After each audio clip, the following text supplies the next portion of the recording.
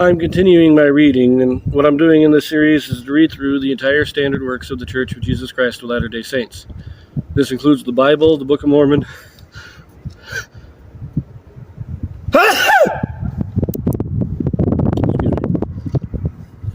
This includes the Bible, the Book of Mormon, the Doctrine and Covenants, and the Pearl of Great Price.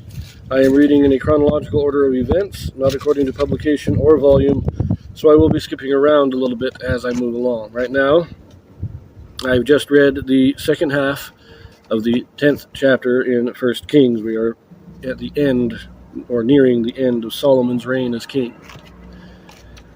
I've also recently read much of the Proverbs and the book of Ecclesiastes. Right now, we are going to pick this up in 2 Chronicles chapter 9, because it tells the same basic story as chapter 10 in 1 Kings. So here we go. We pick this up in verse 13. Now the weight of gold that came to Solomon in 1 year was 666 talents of gold, besides that which chapmen and merchants brought. And all the kings of Arabia and governors of the country brought gold and silver to Solomon. And King Solomon made 200 targets of beaten gold. 600 shekels of beaten gold went to one target. And 300 shields made he of beaten gold. 300 shekels of gold went to one shield. And the king put them in the house of the forest of Lebanon. Moreover, the king made a great throne of ivory and overlaid it with pure gold. And there were 6 steps to the throne, with a footstool of gold, which were fastened to the throne, and stays on each side of the sitting place, and 2 lions standing by the stays. And 12 lions stood there on the one side and on the other upon the 6 steps. There was not the like made in any kingdom. And all the drinking vessels of King Solomon were of gold, and all the vessels of the house of the forest of Lebanon were of pure gold. None were of silver, and it was not anything accounted of in the days of Solomon. For the king's ships went to Tarshish with the servants of Hiram 3 years. Every 3 years once came the ships of Tarshish, bringing gold and silver, ivory and apes and peacocks. And King Solomon passed all the kings of the earth in riches and wisdom. And all the kings of the earth sought the presence of Solomon to hear his wisdom that God had put in his heart. And they brought every man his present, vessels of silver and vessels of gold and raiment, harness and spices, horses and mules, and a rate year by year.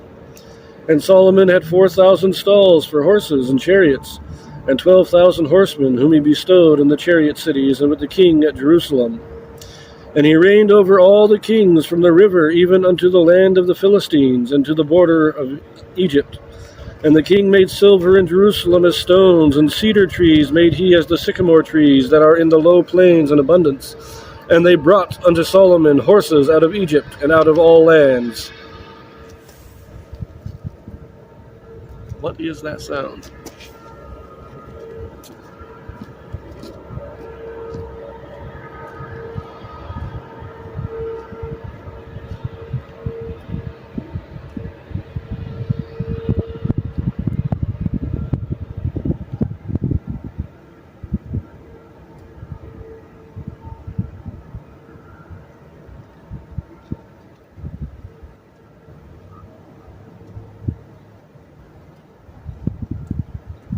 Oh, well.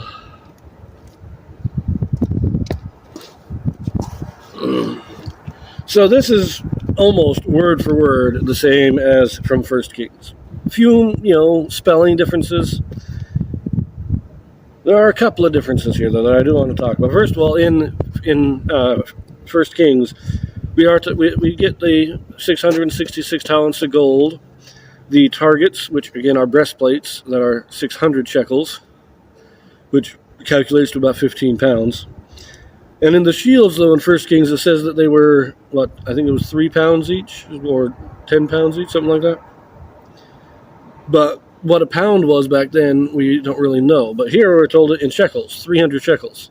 So if the targets were 600 shekels and weighed 15 pounds in modern weight, then the shields weighed half as much, or approximately 7 to 7.5, somewhere between 7 and 8 pounds for the shields. There's actually, from what I understand, somewhat heavy for shields, but, so we get that. We get a more direct, a more precise measurement for the weight of these shields. The only other thing I wanted to mention here is it talks about him. It says he is reigned over all the kings from the river even unto the land of the Philistines and to the border of Egypt. Now, what this means is the river is talking about the Euphrates River. And then the land of the Philistines is the coast of the Mediterranean on the southern part of the land of Canaan. So is the southern half of the eastern coast of the Mediterranean Sea. It says he reigned over all these kings. Now that doesn't, in other words, he ruled over Egypt. He was the king, not Egypt. He ruled over the kingdom of Israel. But all the other kings paid tribute to him.